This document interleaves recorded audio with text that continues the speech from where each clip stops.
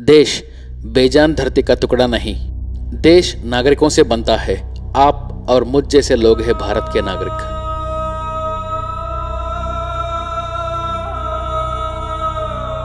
वो लोग जो हमारे अधिकारों का हनन कर रहे हैं हमारे तथाकथित नेता है, लेकिन वो हमारे चुने हुए नेता नहीं। हमारे मर्जी और इच्छा के बगैर हम पर जबरदस्ती थोपे हुए नेता है। जी हाँ, आपने बिल्कुल सही सुना।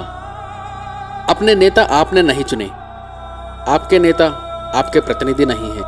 आपको सिर्फ बुलावा दिया गया है कि आप अपने नेता चुनते हैं, जबकि सच ये है कि नेता जीतता है और आप अपने मौलिक संवैधानिक अधिकार हार जाते हैं। स्पष्ट कहे तो आपका बलात्कार हो रहा है।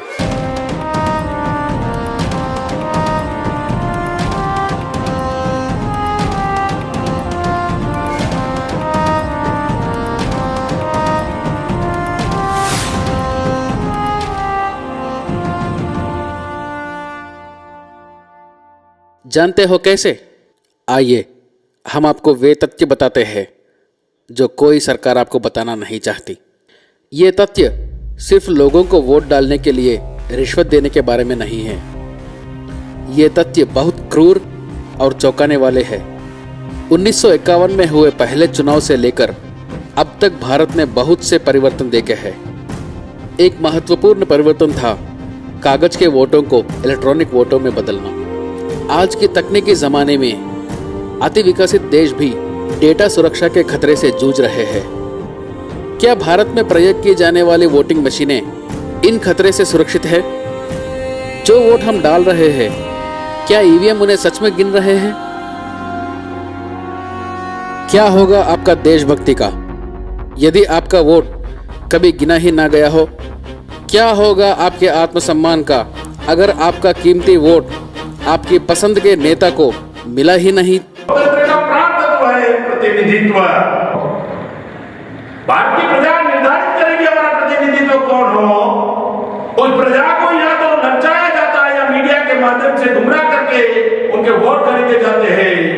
अगर पहले वोट नहीं मिलते थे तो गुंडों का इस्तेमाल करके उस कैप्चरिंग का कार्यक्रम उन्होंने शुरू किया। तो गुंडों ने सोचा कि हमारी वजह से चुनाव जीत कर जाते तो हम क्यों नेता नहीं बन सकते। जैसे क्रिमिनलों का पार्लियामेंट में अंदर गए तो राजनीति का अपराधीकरण हो गया। जब उनको लगा कि गुंडों को हम लोग कैसे मैनेज कर सकते हैं, उनके सामने हम लड़ नहीं सकते, तो उन्होंने बूथ कैप्चरिंग का नया तरीका ढूंढा। वो कौन सा तरीका? भारत में ईवीएम मशीनों को लाने का तरीका ढूंढा कि इनडायरेक्ट बूथ कैप्चरिंग है। कोई प्रतिक्रिया किए बगैर, प्रजा में विद्रोह किए बगैर प्रजा इनको चुनना चाहती है अपने प्रतिनिधि को। ईवीएम मशीन में प्रतिनिधि बदल जाता है उनकी मर्जी से प्रजा के विरोध में। ईवीएम मशीन धोखा है, इसको बदलो मौका है। ईवीएम मशीन धोखा है, इसको बदलो मौका है। ईवीएम मशीन धोखा है, इसको बदलो। ये एक हैदराबाद स्थित कंपनी के सीईओ है। इन्हें पुलिस पकड़ रही है इसलिए नहीं कि इन्होंने करोड़ों का घोटाला किया है। इनकी गलती बस ये थी कि इन्होंने प्रजातंत्र को खतरा बनी प्रणाली को भंडाफोड़ किया और उस तथ्य को उजागर किया जिससे प्रजातंत्र और भारत के हर नागरिक के अधिकार को नष्ट किया गया। क्या है वो तथ्य? Let's give each candidate 3 votes. Later, the votes are read from the EVM during a public counting session. The display shows that candidate 1 wins with 7 votes, but something is wrong. That number was supposed to be 3. Somehow, 1 vote has been stolen from each of the other candidates. Now we'll open the machine and show you how we tampered with it. Indian election officials haven't let voters see inside. The EVM contains a simple computer with a processor and memory to store votes. We made the machine cheat by tampering with the hardware. We opened the machine and replaced the real display with this dishonest look-alike version, which lies about the election results.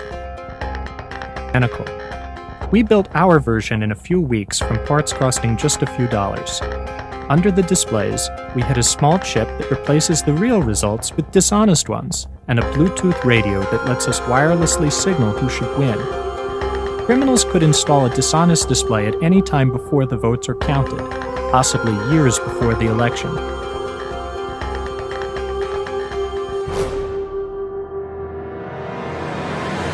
The electronic voting machine, the brain is something called a microcontroller chip. This is produced by a Japanese company on contract from the Electronic Corporation of India. I contacted the Japanese company and asked them, do you use the same chip in Japanese elections? They said, are you mad? We will never touch an electronic voting machine. In Japan, we use ballot papers. America, Japan और Germany जैसे तकनीकी रूप से उन्नत देशों ने EVM को आजमाने के बाद इसे रद्द कर दिया है। जर्मनी ने तो इलेक्ट्रॉनिक वोटिंग मशीन को असंवैधानिक घोषित किया है।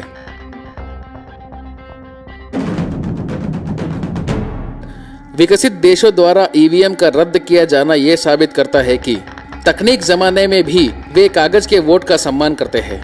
ईवीएम को इसलिए गलत मानते हैं क्योंकि ईवीएम पारदर्शी न होने के कारण प्रजातंत्र के मापदंड पर खरे नहीं उतरते। भारत, जो दुनिया का सबसे बड़ा प्रजातांत्रिक देश होने का दावा करता है, इन असुरक्षित मशीनों का प्रयोग क्या वास्तव में प्रजातांत्रिक है? बिल्कुल नहीं, कहते हैं विशेषज्ञ। Elections have to be fair, and that is why an independent machinery like the Election Commission has been provided in our Constitution.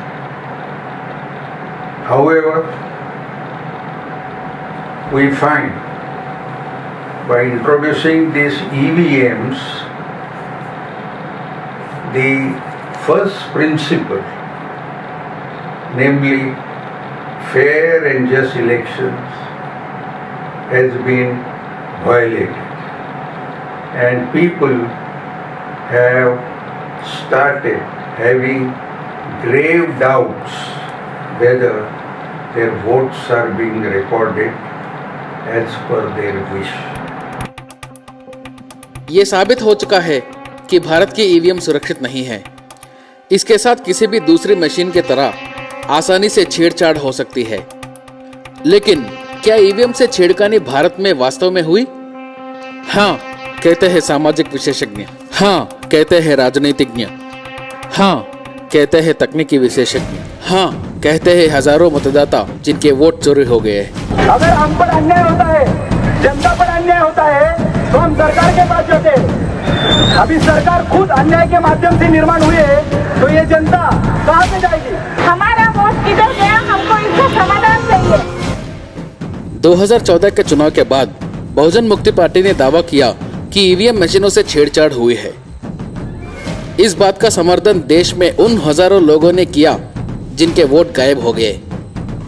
इसीलिए बहुजन मुक्ति पार्टी ने देश में एक जन आंदोलन शुरू किया है जो अभी तक चल रहा है। वोटिंग मशीन का ये गड़बड़ घोटाला, वोटिंग मशीन का ये गड़बड़ घोटाला, ईवीएम मशीन का ये गड़बड़ घोटाला, ईवीएम मशीन का ये गड़बड़ घोटाला, रामनी सरकार का ये गड़बड़ घोटाला, रामनी सरकार का ये गड़बड़ घोटाला, वोटिंग मशीन का ये गड़बड़ घोटाला, वोटिंग मशीन का ये गड़बड़ घोटाला, ईवीएम मशीन का ये गड़बड़ घोटाला, गड़बड़ गड़बड़ गड़बड़ गड़बड़ गड़बड़ गड़बड़ गड़बड़ गड़बड़ गड़बड़ गड़बड़ गड़बड़ गड़बड़ गड़बड़ घोटाला, गड़बड़ गड़बड़ गड़बड़ गड़बड़ गड़बड़ गड़बड़ गड़बड़ गड़बड़ गड़बड़ गड़बड़ गड़बड़ गड़बड़ घोटाला। ईवीएम को लेकर मुख्य विवाद 2006 में शुरू हुआ। जब से लेकर आज तक चुनाव आयोग के पास बहुत से शिकायतें आई और अभी तक आ रही है। ऐसे भी हादसे सामने आए जब चुनाव घोषणा के समय मतों की संख्या मतदाताओं की कुल संख्या से भी अधिक पाई गई।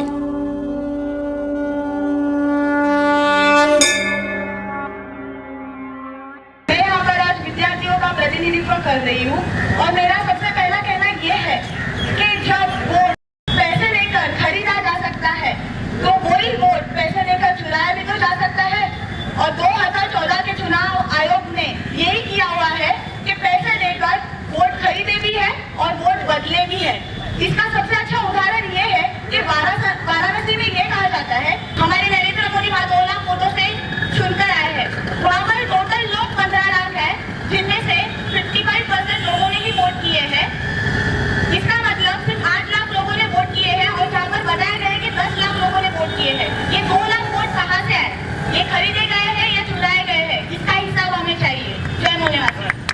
ईवीएम मशीन में घोटाले हैं, इसे हम विद्यार्थियों को और हम जो युवा पीढ़ी है, ये ईवीएम मशीन पे हम पे कोई भरोसा नहीं है। ईवीएम मशीन में घोटाले होते थे और आज भी ईवीएम मशीन में घोटाले हुए हैं, उसके वजह से बीजेपी की सत्ता आई है। ईवीएम मशीन पर हम पे कोई यकीन नहीं है, इनको निकाल देना चाहिए। ना सिर्फ अभी वाराणसी में बल्कि पहले भी ऐसे कई घटना हुई है। 2009 में भी कई प्रमुख राजनीतिक पार्टियों ने ईवीएम पर गंभीर आरोप लगाए थे। चंद्रबाबू नायडू, एल.के. आडवाणी, सुब्रमण्य स्वामी जैसे कई अन्य राजनीतिज्ञों ने वोटिंग मशीनों का विरोध किया। 2009 में सुब्रमण्य स्वामी तो इस हद तक गए कि उन्होंने मशीनों का प्रयोग करके चुनाव लड़ने से ही इनकार कर दिया। Subramaniam Swamy can no longer continue this battle against the government, against the party which is ruling India, and he has joined. So now, the Chandrababu Naidu and me, we also took up this matter, saying that there should be a record of the voting. When you cast your vote, electronic machine must leave a trace. Election Commission agreed, Supreme Court also agreed 2014 was the cut-off year. Now Chandrababu Naidu is also in power and now he can't speak and he has tied up with BJP. So naturally he has his compulsions. I don't blame him. He's a good man, but in the bad company. EVM, what I am trying to say, EVM, electronic voting machine, government is certifying it. Who are they to certify? A particular body is certifying it. Is it being checked? Were there a call for security experts, ethical hackers who are supposed to check? Is this just a government which is going to put a stamp on it and say this is hack proof? What are the patterns of certifications we have followed? Were there any competitions by some different panel of experts to check whether they are hack proof or are they vulnerable? I doubt there was such any pattern called globally or in India where the international most developed countries have scrapped it off. How do we trust these machines to vote our precious vote to the party whom we have to select? I doubt this is the proper system. We need to verify that these kind of things have to be completely checked and hack-proof. Do you think this EVM machine, where billions of people are voting on this, is trustable? I don't think so. It's trustable. विशिष्ट तकनीकी विशेषज्ञ ये कह चुके हैं कि voting machine सुरक्षित नहीं है। लाइव चैनलों पर दिखाकर साबित किया जा चुका है कि इस मशीन से घोटाला कैसे होता है। विश्वसनीय समाजशास्त्री साबित कर चुके हैं कि ये मशीन असंवैधानिक है। फिर भी भारत का चुनाव आयोग वोटिंग मशीन के पक्ष में ही अड़ा हुआ है।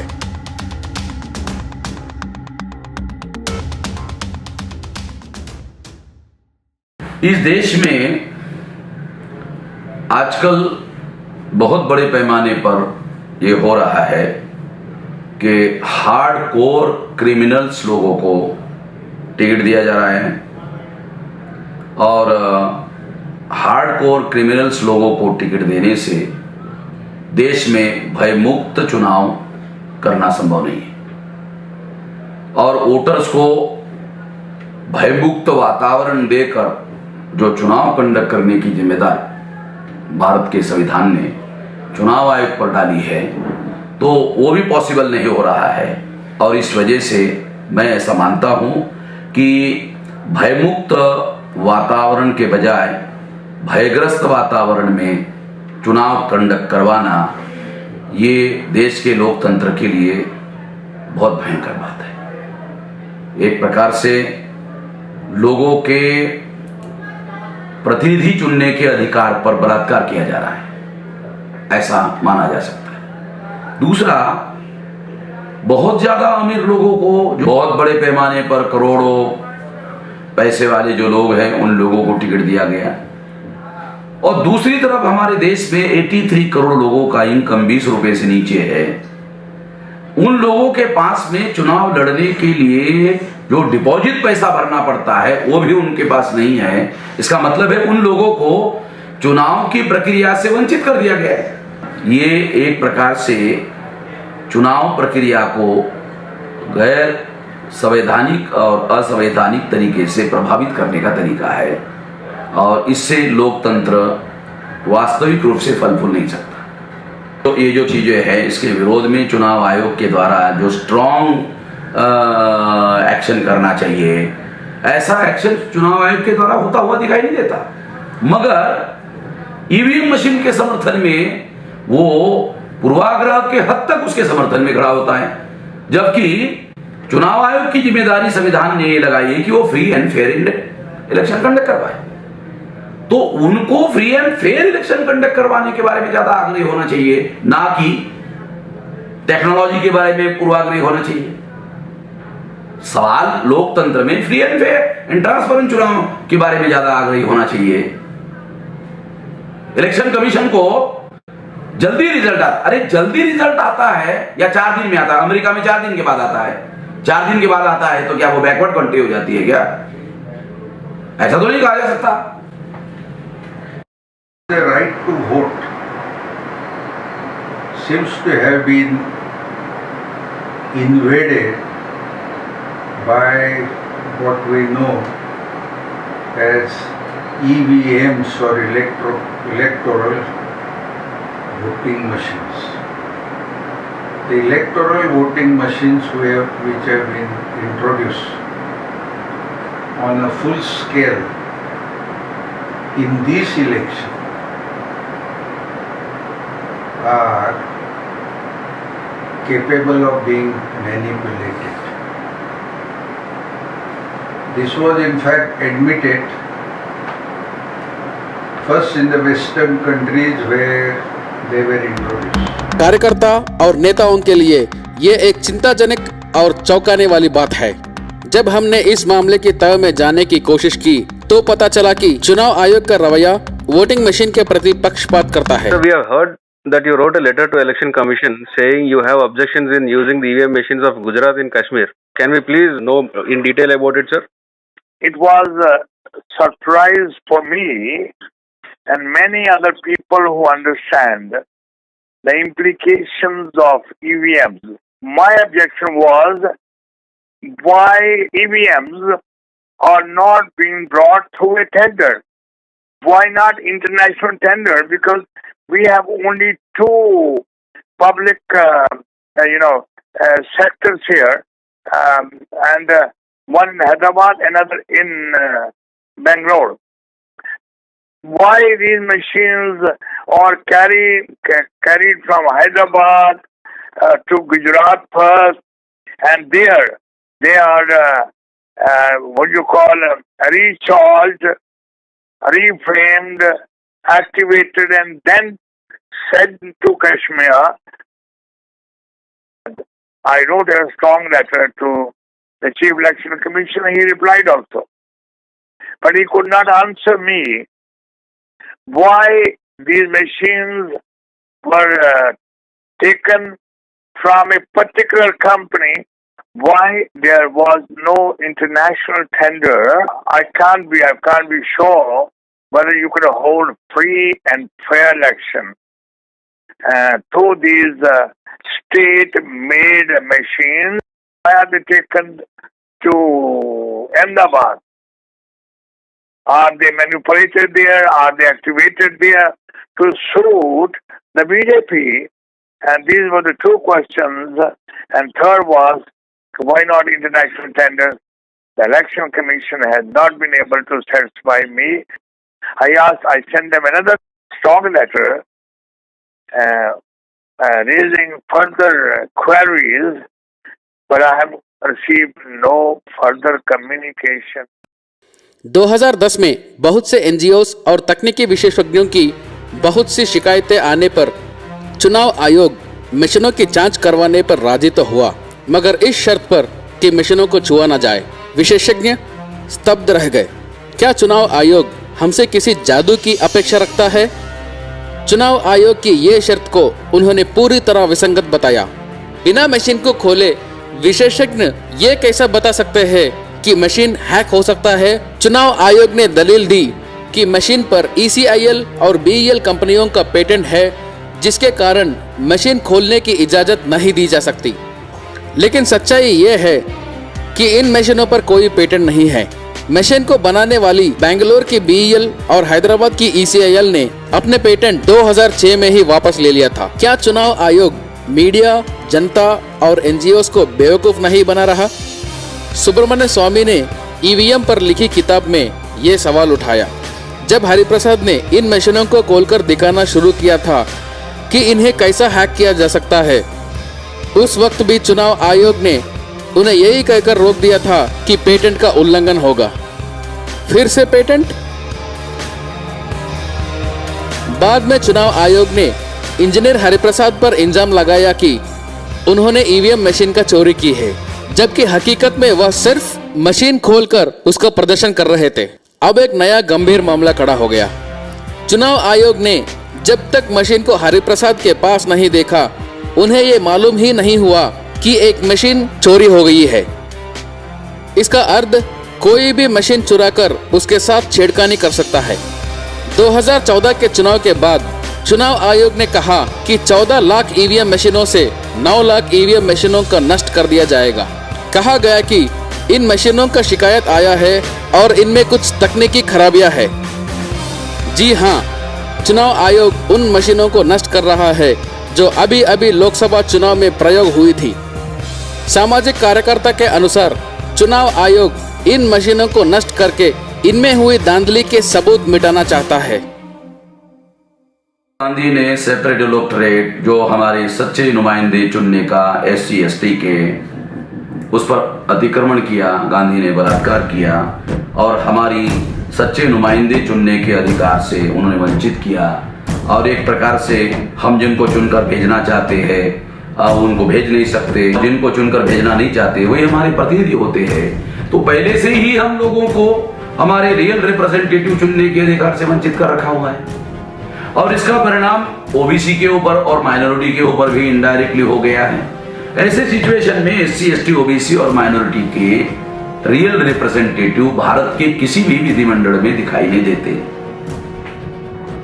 और कांग्रेस और बीजेपी और कांग्रेस, ये जो भारत में जो ब्राह्मण 3.5% है उनकी पार्टियां हैं, उनको रिप्रेजेंट करती है। तो इनके पार्टी के द्वारा एक प्रकार से SC ST OBC और माइनॉरिटी के लोगों को नॉमिनेट किया जा रहा है।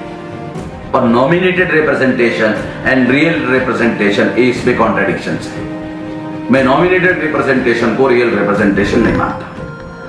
इसलिए हम अपने वामसेप और भारत मुक्ति मोर्चा के द्वारा राष्ट्रीय स्तर का ये जो संगठन और आंदोलन हमने खड़ा किया है, इसके द्वारा हम अपना रियल रिप्रेजेंटेशन डेवलप कर रहे हैं। ऐसे परिस्थिति में इस देश में EVM आने से फिर हमारी इच्छा आकांक्षा, जो हमारी इच्छाएं हैं, जो आकांक्षा है, उसको फिर दबाने का षड्यंत्र किया जा रहा है। इसलिए मैं EVM मशीन के बहुत ज्यादा विरोध में हूं, बहुत भयंकर रूप से विरोध में हूं। मगर पेपर ट्रेल के आधार पर, जब तक पेपर ट्रेल लागू नहीं होता तब तक मैं इसके विरोध में खड़ा हूं। अपने शोध के सिलसिले में हमने चुनाव आयोग और मशीन उत्पादकों के सामने कई RTI प्रार्थना पत्र, जिनमें मशीनों से संबंधित महत्वपूर्ण सवाल थे, मगर चुनाव आयोग के पास वो सब सूचना नहीं थी। ECIL ने अब तक कोई जवाब नहीं दिया। चुनाव आयोग का ये व्यवहार काफी चौंकाने वाला है और EVM को विरोध करने वाला कार्यकर्ताओं का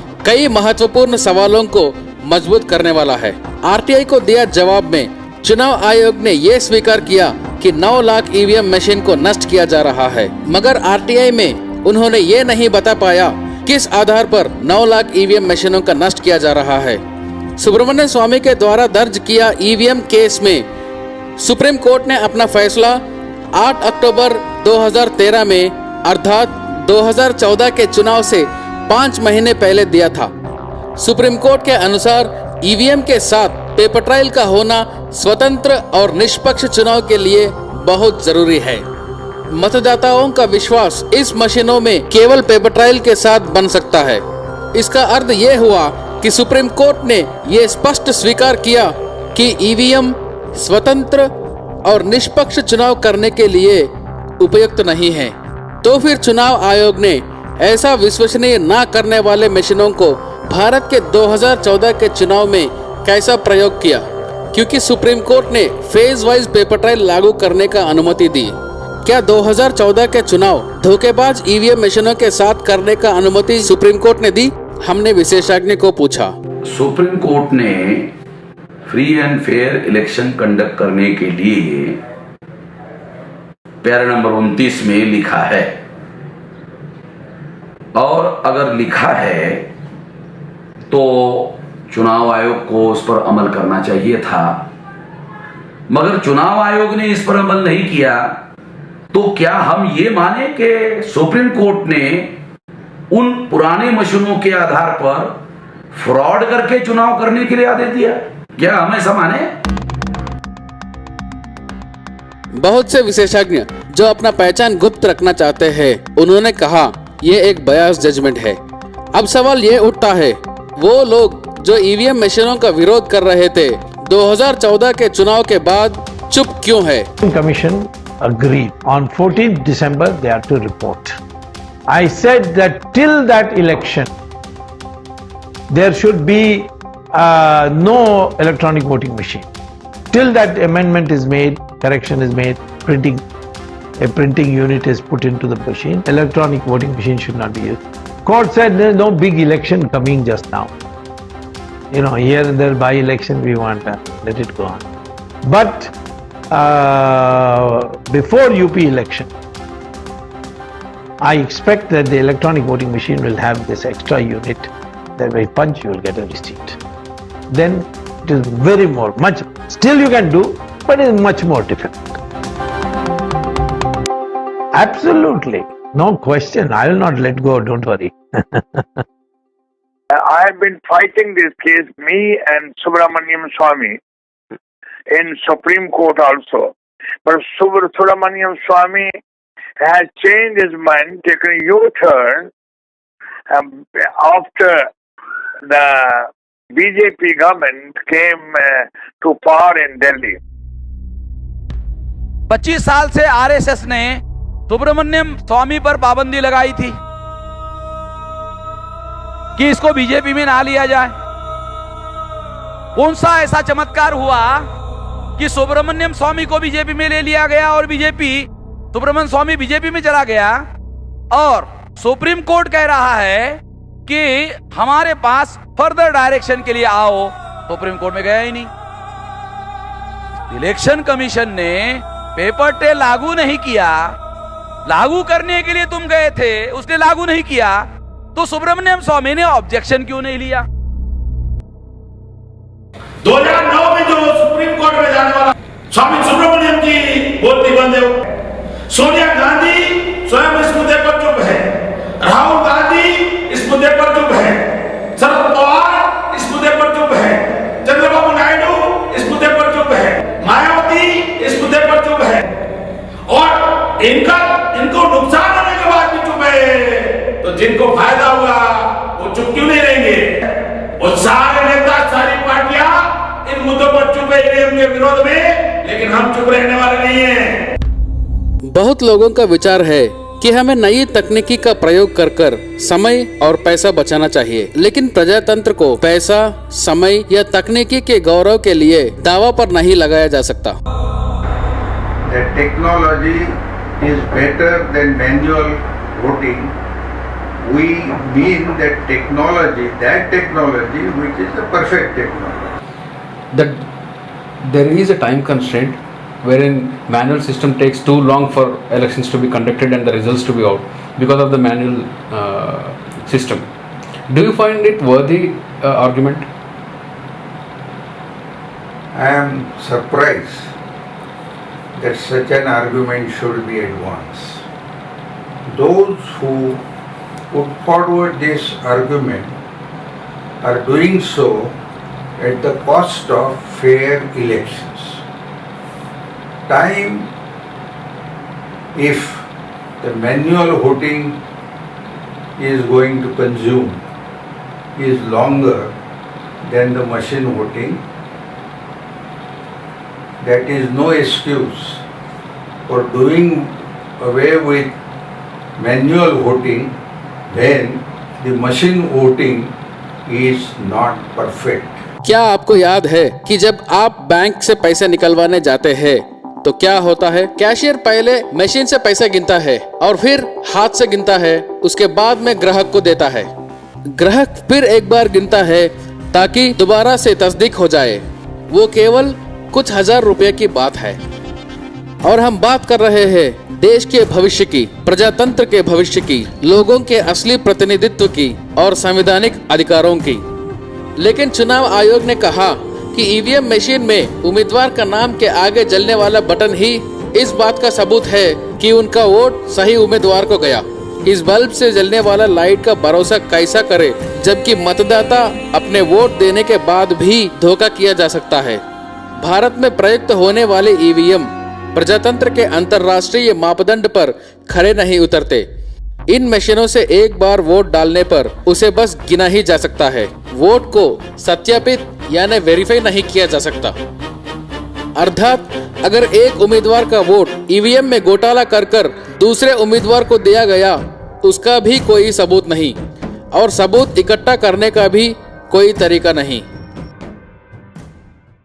मैं बामसेब का राष्ट्रीय अध्यक्ष हूँ, भारत मुक्ति मोर्चा का राष्ट्रीय अध्यक्ष हूँ और हमारा संगठन 30 राज्यों में कार्यरत है और 3500 तहसीलों में, 535 जिलों में, 10,000 ब्लॉक में, 1 लाख गाँवों में कार्यरत हमारा संगठन है। और इस वजह से मुझे as a citizen of India also मुझे ये अधिकार है कि इस तरह का जो ईवीएम मशीन है इस पर बैन लगाना चाहिए, या तो सुप्रीम कोर्ट ने पेपर ट्रेल के साथ में जो चुनाव कंडक्ट करने का आदेश दिया है उसको 100% अमल में लाना चाहिए। और महाराष्ट्र में जो विधानसभा का चुनाव हो रहा है उसमें 100% जो है वो उस पर लागू होना चाहिए। और अगर लागू नहीं होता है तो हम अपने लेवल पर एक्सट्रीम कार्रवाई करने की योजना बनाएंगे। सामाजिक कार्यकर्ताओं का ये डिमांड है कि जब तक पेपर ट्रायल पूरी तरह लागू नहीं होता तब तक ईवीएम मशीन को बंद करना चाहिए। मान लो चुनाव आयोग पेपर ट्रेल नहीं लगा सकती है, अगर लगाने में सक्षम नहीं है तो जब तक वो लगाने में सक्षम नहीं है तब तक उसको बैलेट पेपर के आधार पर चुनाव कंडक्ट करवाना चाहिए। और जिस दिन वो पेपर ट्रेल लगाने के लिए पूरी तरह से 100% तैयार हो गई है उस दिन वो पेपर ट्रेल के साथ लगाए।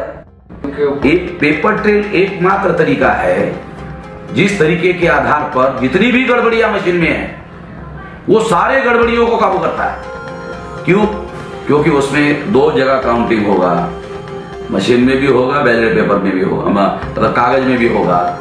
अगर मशीन गड़बड़ करती है तो कागज जो है वो सही अपना रिजल्ट बता देगी। जब तक भारत के नागरिकों को उनके मौलिक अधिकारों का अधिकार, सही प्रतिनिधित्व के मौलिक अधिकारों का हक नहीं मिलता है तब तक हम चुप रहने वाले नहीं हैं। अब तक ये माना गया कि पेपर ट्रायल सिस्टम ईवीएम से बेहतर है, पर 2014 में हुई हरियाणा और महाराष्ट्र का इलेक्शन में ये साबित हुआ कि ईवीएम मशीन में धोखाधड़ी किया गया और पेपर ट्रायल देने के बावजूद भी इलेक्शन कमीशन ने ऐसा रूल्स बनाया कि किसी भी स्थिति में पेपर ट्रायल खोलकर दोबारा गिना नहीं जा सकता। हमको ये सबूत मिला कि उम्मीदवारों की खुद की वोट भी गायब होने के बावजूद भी चुनाव आयोग ने पेपर ट्रायल खोलकर रीवेरिफिकेशन करने से इनकार कर दिया। क्या इसका मतलब ईवीएम मशीन में हुआ धोखाधड़ी को चुनाव आयोग छुपाना चाहती है? क्या फिर पेपर ट्रायल भी ईवीएम जैसे धोखाधड़ी करने वाला तकनीकी है और इसे कोई आपसे छुपाना चाहता है? The entire electoral process, that is the process of electing the candidate,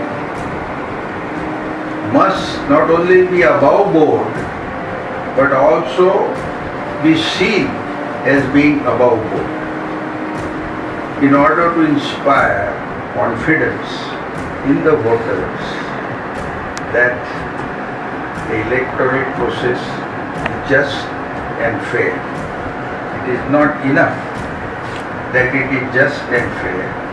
It must also be seen keep it just and fair. जब सभी मानते हैं और साबित हो गया कि ईवीएम में घोटाला है, तो क्या ऐसा वजह है इनको साथ लेकर चलने का? तो लोकतंत्र को बचाने के लिए केवल पेपर बैलेट से ही चुनाव करवाने का मांग करनी चाहिए, क्योंकि लोकतंत्र पर हर नागरिक का विश्वास रहना बहुत जरूरी है।